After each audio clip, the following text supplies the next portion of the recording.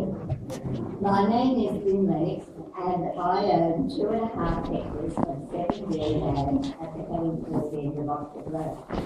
My husband and I bought it 40 years ago. At the time, we had 5 young children.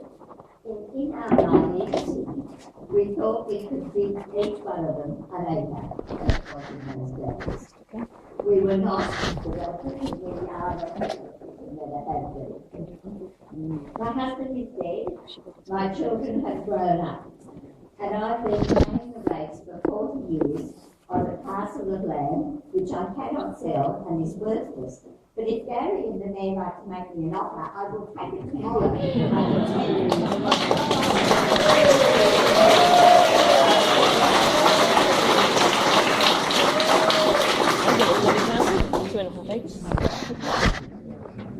All I ask is for Wollongong Council to be fair.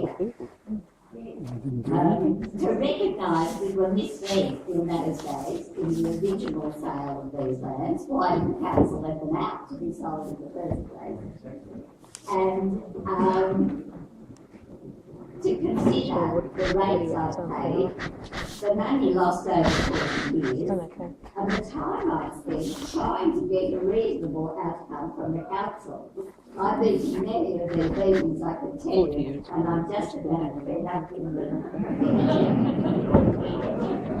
I want you to please finalise this situation quickly before I die, and so not leave the burden to my children.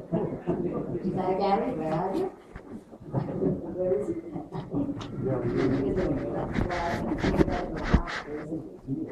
Probably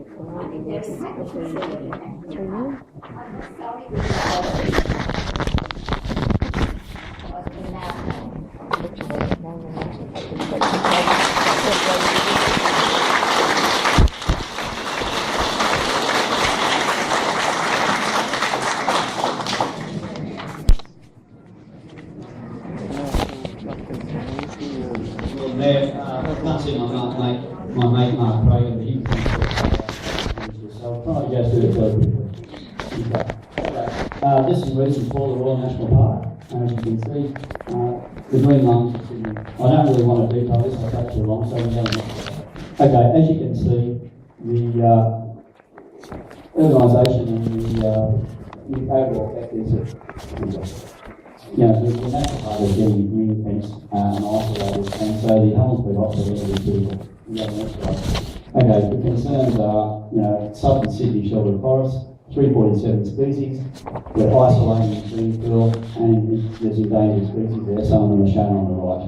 We've loss of connectivity, can't go back yet, okay. Main one is loss of connectivity, petitioning, habitat degradation. Next slide, please. Two of the endangered species, the blackbird and the CBI, and as you can see, when the national park was set up, you can never have too much of any specific land. And today, before that, today we see 2 of those increasing exponentially, and we have challenges to this. Okay, 1988, all I'm bringing out here is that the Helensburgh District Protection Society, when they set all this up, they decided, look, we'll have their policy was development inside town boundaries, but let's keep the wildlife corridors open and let's protect the land outside. And the original aim is to identify and protect and conserve the relevant pristine areas that are having the next slide, please. Okay. E2 is much better for us overall for preserving things than E3. E2 with consent, 7D originally had 6 things, the green ones are shown there. E2 has got 3. And E3 has actually got 14 items, which really lets development get in. What's to be bought and sold, there's a whole lot of issues there. So that's the concern with that. Here you see the wildlife corridors. The black line is the dry, the black line to the right is the wet, and you've got Helensburgh in the centre. So those 2 corridors are vital. Next slide, please. Now, this is really what we're looking at, and it's really the fragmentation of the whole thing. If you think of what Helensburgh District Protection Society wanted to do, is to keep Helensburgh within the statement zone, and what you see is overspill. We've got the B6 area with the Helensburgh overspilling into that. We've got these 3 areas open above that with more fencing and growth conditions. If you come down this new region here, RU2, we've actually got 6 rural zones, breaking up the 7D. We've got B3 fragmentation. In fact, the whole thing is just petitioning and fragmenting the whole zone. Next. So these are the major concerns. We're taking an environmental area and we're chopping it up for non-environmental reasons. And what we're also concerned is degrading around the precinct. Go to the next one, I'll just go and finish up.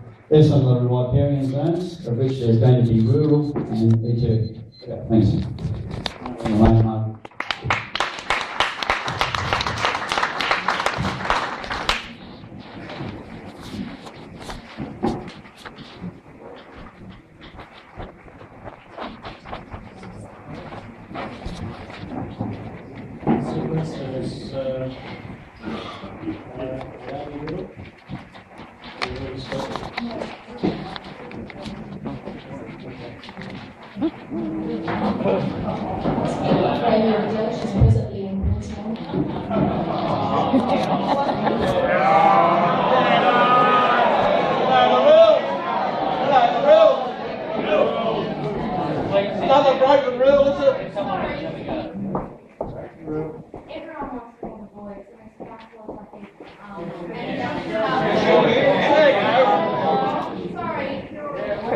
Two Blackwell speakers, I think.